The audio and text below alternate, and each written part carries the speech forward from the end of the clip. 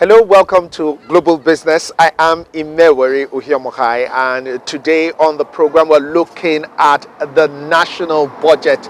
Yes, President Bola Ahmed Tinubu's first budget as president. It's 2024 budget, and it was done on Wednesday, November 29th. Now, let's dive into the matter. Yes, in this budget, which he tagged Budget of Renewed Hope, President Bola Ahmed Tinubu expressed gratitude for the swift consideration of the 2023 supplementary budget and appropriation bills and the 2024 to 2026 medium-term expenditure framework, which shows the collaboration between the executive and the National Assembly for the greater welfare of the people. Now, the 2024 budget focuses on macroeconomic stability, reduced deficits, increased capital spending, 8 priority areas of the administration such as defense and security and human capital development, infrastructure, social development and climate change. The budget also highlights an exchange rate of 750 naira to a dollar and an oil price benchmark of $77.96 per barrel, which are higher than the current market prices and output levels. Now, the budget projects a GDP growth of 7.8%, which is above the forecast world average of 3.2%, and an inflation rate of 19.6%, which is lower than the current inflation rate of 26.8%. The budget also allocates 9.2 trillion naira for capital expenditure, which is 33.5% of the total expenditure and higher than the 7.1 trillion naira allocated in 2023. The president further emphasized the importance of a stable macroeconomic environment, pledging to catalyze private investment and accelerate growth. He said that with a projected 7.6% economic growth and a focus on green initiatives, Nigeria aims to be a regional leader in sustainable energy. With an aggregate expenditure of 5 trillion naira, the budget prioritizes defense, internal security, and human capital development. President Tinubu has assured a commitment to meeting debt obligations and boosting shared economic prosperity through social investment programs. How realistic are these projections, and how do they compare with the previous budgets? Well, we'll be analyzing these issues as the program go ahead, and we'll give you these ones for you to ponder on and send your comments. Before we go to street business, you must have heard that the Supreme Court just said or just declared that old Naira notes and new Naira notes can now be used. Of course, the central bank went ahead to release a statement on Wednesday that since the Supreme Court has declared, it's going on ad infinitum. So you can use old Naira notes, new Naira notes, and I predict that the new Naira notes will actually fade off very soon. On Street Business today, our correspondent asked Nigerians about the increase in the cost of airtime and data recently. Tom Sinima is so interested in this, and she has gone to ask people, do you think the rise in data usage is a positive sign for increased connectivity, or does it worry you as a Nigerian that it only continues to rise every day? So let's join her on Street Business. Don't go anywhere. Airtime and data are two key things that people spend a portion of their budget on daily, weekly, monthly, or annually. According to the financial statement of MTN and Airtel Africa, Nigerians spent over 2 trillion naira on airtime and data usage, marking a 32.57% increase from the same period in 2022. Now, that's a huge increase. We're on the streets to get what Nigerians think about this massive increase. Do stay with us on Street Business. Everybody is experiencing the increase now, but it might be profitable to the company, MTN and the rest of other network. But we, the users, we're not even finding it funny because everything has just gone high. In terms of airtime, you make call within, you load recharge card of 100 naira and you are supposed to use it at least for 5 minutes thereabout. But at the end of the day, you will not get your expectation. What you hear is your account balance is low and it will look like, did someone use my phone? I just recharge now and the phone is with me. Why is it like that? I'm a social media activist and I'm always buying data at least 3 to 4 gig a day. But unfortunately, these things has a difficulty to buying it, and then it's not even lasting. Well, you've heard from Nigerians. The increase in airtime and data is not something to smile about. Well, and that's what we have for you on Street Business. Do stay on the program with Imewere Ohiomohai. I am Thompson Natus. Now, on Talking Point today, we have Paul Alaje, a renowned economist. He'll be talking about a very important and hot topic. And this topic not only means a lot to us Nigerians currently, it will mean a lot to this budget. It will actually determine whether budget 2024, that budget of renewed hope, will succeed or not. That topic is inflation. Looking at the inflationary rate from January till November, do you think it has matched or equaled what we face in Nigeria? Will the new policies in Nigeria curb the rising inflation? Let's find out from our guest, Paul Alaje. Take a listen and let me hear how you feel.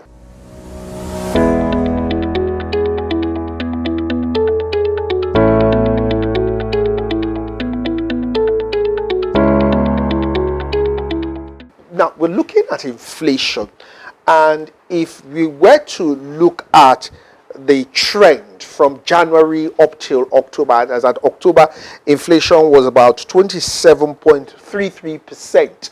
If we were to look at this trend, many people will say that inflation should actually be more than this, while some others will say, well, maybe it's not as much as this. In your view as an economist, looking at the reality on ground and what we have, do you think that the inflationary figures as released by the National Bureau of Statistics match what we are seeing, the reality on ground? Well, thank you so very much for having me. I must say that inflation is anti-growth, especially when it goes beyond 3 to 6%. The Central Bank of Nigeria has a target of 6 to 9% inflationary rate year on year.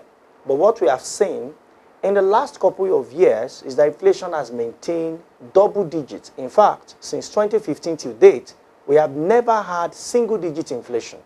At first, in 2016, it was global oil prices that government attributed the challenges to. In 2019, government has said it was because of war between America and China. In 2020, government brought another fresh excuse. And of course, the Central Bank of Nigeria also mentioned that it was because of COVID, which was understandable. By 2021, 2022, then it now became another reason because there was war between Ukraine and Russia. Whatever you call it, all the excuses, you can put all of them together. One thing that is consistent is that inflation is growing, and is growing at a double-digit rate. Do I think this is the kind of inflation that we should have in Nigeria, or because we have seen Egypt even have much more inflation than we have? There are different parts of the world that have higher inflation. I can tell you that inflation is just an average measure of what prices, commodity, the prices that the National Bureau of Statistics have put in their basket. In the real sense, a lot of other commodities that are consumed are not in that basket and are also being affected by what the prices are saying. And that is why when average Nigeria year inflation is 27% year on year, and we hear that the month-on-month increase is only by maximum 1.52% or month-on-month. People say they don't agree with that because they've gone to the market and what they are seeing in the market is almost 6% month-on-month, and what they are seeing on an annual basis is almost 40-45% at a time. So here is it. The National Bureau of Statistics, we need to rejig. We need to review some of the things that is being measured as inflation. Price index, commodity price index for Nigeria. We have said that time and again, and the authority said, well, they are looking into it. They will look for some of the things that are not in the basket and present afresh to Nigeria. So inflation is body, and I like to use a very simple example. If inflation were to be 25% and someone has gotten a job, has gone to Moscow to church to say, oh, thank God, he now has a job or she now has a job, 200,000, or maybe let's say 200,000 is fine. By the end, that was first day 2021. By first day 2022, inflation that averaged about 25%. Of course, it's even more than that now. So that person has lost 1/4 of that money. So on the first, if you see hands the same, the person technically is earning 150,000. Now, when we look at another year and we calculate 25% of 150,000, we see that the person's wealth continue to emaciate year in, year out for committing no crime. The face value is what many people are particularly about. But as economists, what we are particularly about is what money can buy, which we call the real value of money. It's anti-growth. We have seen government have said, oh, Nigeria budget for 2024 is going to be 27 trillion naira. But calculate it back to dollar. It still goes back to less than $40 billion. Last year, we were less than $40 billion. This year, 2023, I beg your pardon, less than $40 billion. Now, with the humongous naira amount, what that is telling us is that inflation is making mess of our domestic currency. Now, coupled with the fact that government tried to unify naira, which of course naira seems to have been a big bull that is now head-butting everybody all around, because both our parallel markets and in the official window, we thought after unification that the value will come down to maybe 500, 600, 700. But what we see today is worrisome. And I hope that those in authority will do the needful, as this, of course, is throwing more people into poverty bracket. Before President Buhari left office, fresh, not my figures, according to UNDP and UN publication, I think 6th or 12th of June 2023, it was revealed that 4 million new fresh people were added into poverty bracket as at 29th of May, from 1st of January to 29th of May, not my figures. And that if government make policies such as subsidy removal, as well as unification of currency, without providing policies that will cushion the effect immediately, such that the hardship that will come with it are not taken care of, 5.1 million people will also join poverty bracket. Nigeria seems to be 9.1 million people as they are looking at poverty face to face. That on one side, recall that we had 87 million people that are already living below the poverty line. That is separate from a multidimensional poverty index that's rated or dimension 133 million people. What seems to be glamorous in all of this conversation is poverty, hunger, and deprivation in the wake of high inflation that Nigerians are experiencing right now. You just talked of the authorities, and so I want to ask, do you, in your view, think that the government is doing enough, considering the actions and policies that have been taking place? We know that there's been a kind of a better coordination between fiscal and monetary policies. So do you think that these actions or these policies will make any difference or any impact with the inflationary trend? Just keep going up and up. I think government is trying their best possible, but I think they can do more. What we need to know is to unbundle the conversation around inflation. Who is the driver? Or properly speaking, what is the driver of inflation? Very correct, food inflation. Core inflation always tags along what the food inflation is saying. So let's look at food inflation. Are we going to use monetary policy to tackle food inflation? Because there are many factors that are responsible for what is happening to food inflation. Farmers are killed on their farms, so insecurity is a major challenge. In fact, we would have gotten sufficient supply if we had more people who ordinarily would have gone to rural area to get farm output and bring them to form supply paths. But people are scared, people are afraid from what they are reading in the pages of newspaper, what they are seeing on social media, and what they are seeing in the traditional media, radio and television together. So people are afraid, people are scared. So we have seen reduction in supply side. When supply reduces and people are giving birth more, with our population growth rate of over 2.5% on annual basis, what does that mean? It means demand will grow while supply remains the same. What will happen to price? To jump sporadically. That on one side. On the other side, we also don't have infrastructure. Again, this is not the role of central bank to do. It is the job of fiscal policy, fiscal authority, government of the day to provide useful infrastructure in areas where this is needed. And when I say useful infrastructure, when I say government of the day, I'm not by any way just referring to the government at the center, because most of the rural communities are found in one local government or the other, found in one state government or the other. And this is why President Tinubu, he may achieve more if he looks at how to coordinate the economy beyond what the former administration did. The former administration brought economic recovery and growth plan that only 5 states adopted, domesticated. You mentioned the World Bank. Incidentally, the World Bank has predicted that inflation may tamper tamper lower, maybe mid-2024. But your ideas seem to be rather more adversarial, not really aligning with what the World Bank is saying. Is there a reason why you think that the World Bank is very optimistic with the actions of government already in place? Because they seem to like the actions of the government currently. Well, as an economist of repute, this is what I believe. And it's so true for so many developing countries. If you want to destroy people, first devalue their currency. Destroying them will be easier. You may not necessarily need a missile or an atomic bomb to take them out. Once their currency is weak, it means they will spend the rest of their life chasing what they would have achieved in a few years because their competitive power has been taken off them.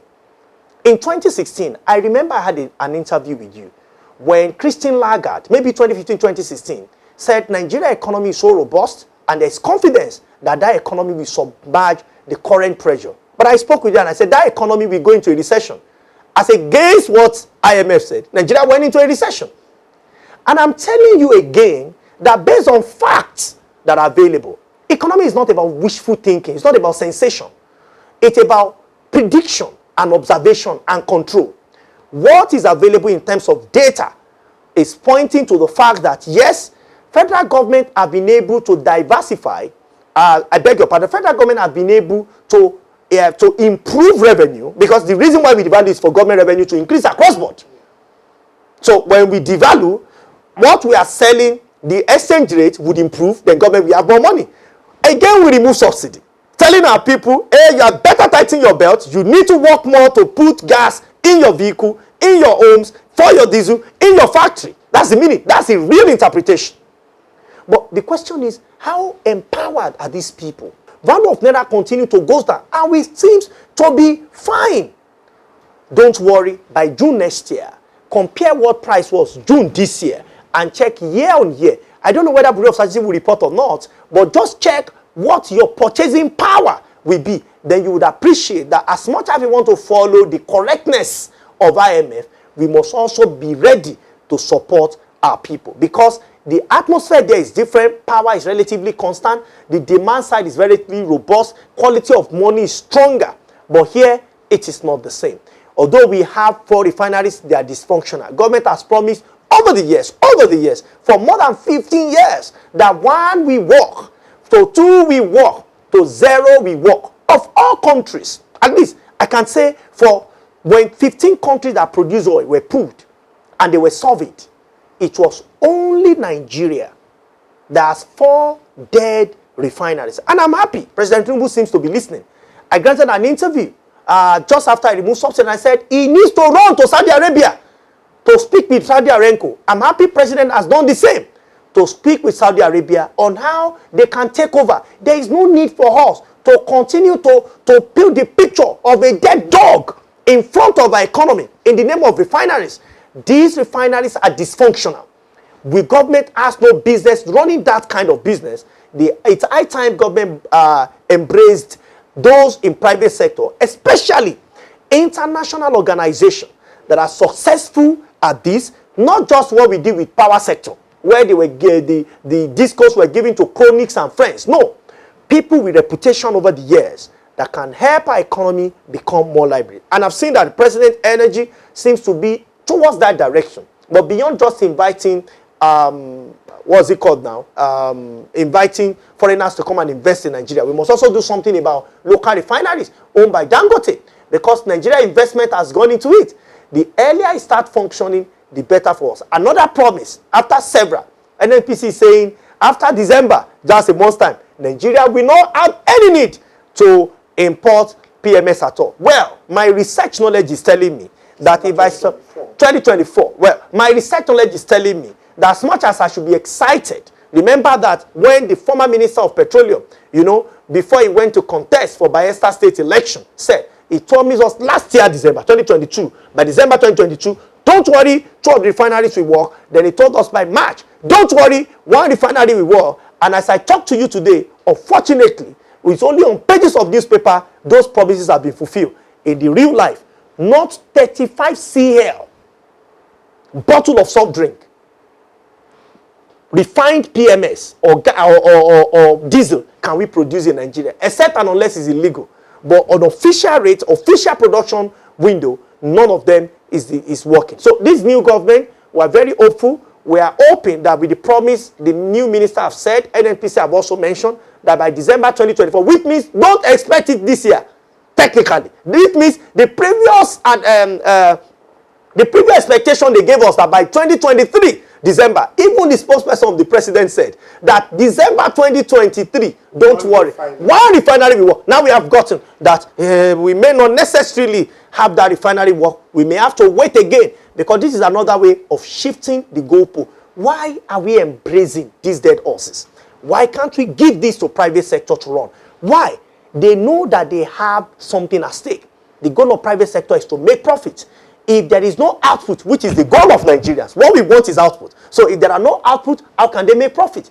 This is the common sense in economics. So the earlier government give it out to private sector and retain some shares, maybe 40%, but not majority shares certainly, maybe 35%, and allow private sector own, whether domestic or non, to control this and improve such that with their shares they can still have some influence in case they now want to exploit Nigeria. But by all means, availability is key, and this will help us to tame inflation because it has its component in inflation. It will also help us to accelerate production, which of course is where inflation is happening because of course many of us were consuming what is not produced locally. Record that central bank has also lifted ban that people can come back and import toothpicks, which of course, even though they said you may not necessarily need to go to parallel market, even at official window.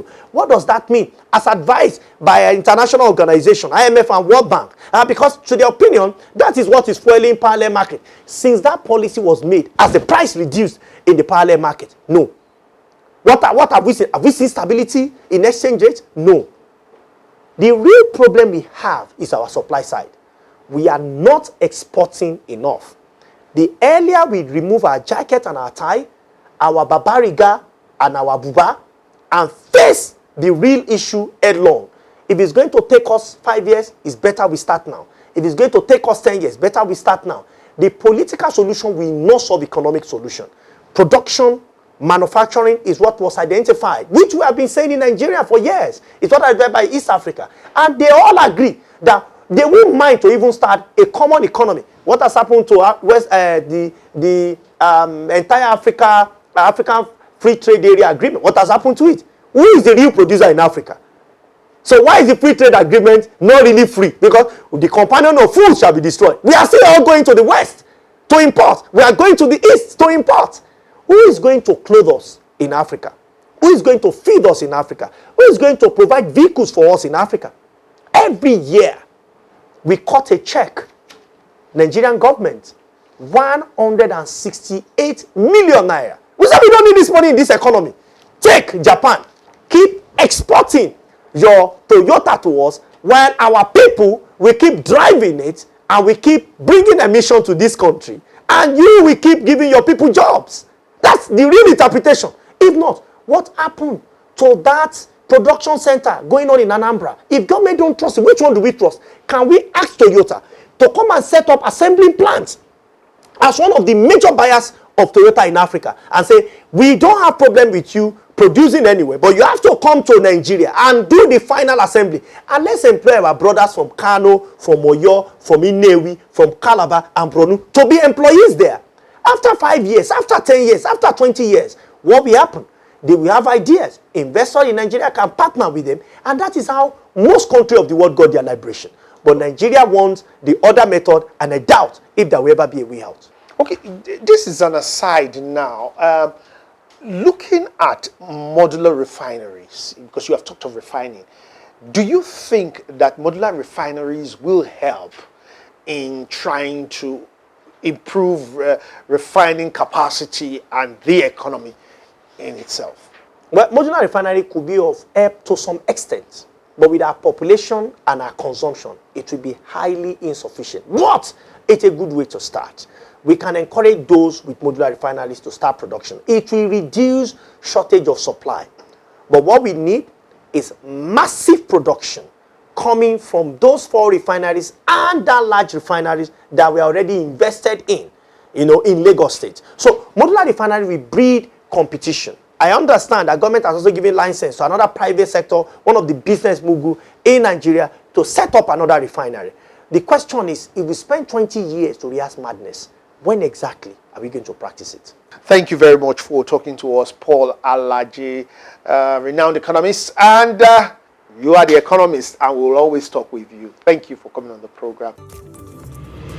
The government really needs to restructure the Nigerian economy for a more sustainable development. Will 2024 budget of renewed hope do that restructuring? We shall see. That's all we have for today on Global Business. Until next time, keep your business in shape and your global perspective ever bright. Remember, Global Business is a production of Cinema. Join us again for more in-depth analysis in the world of business. I am Imewari Ohiomokai. It's always nice doing business with you.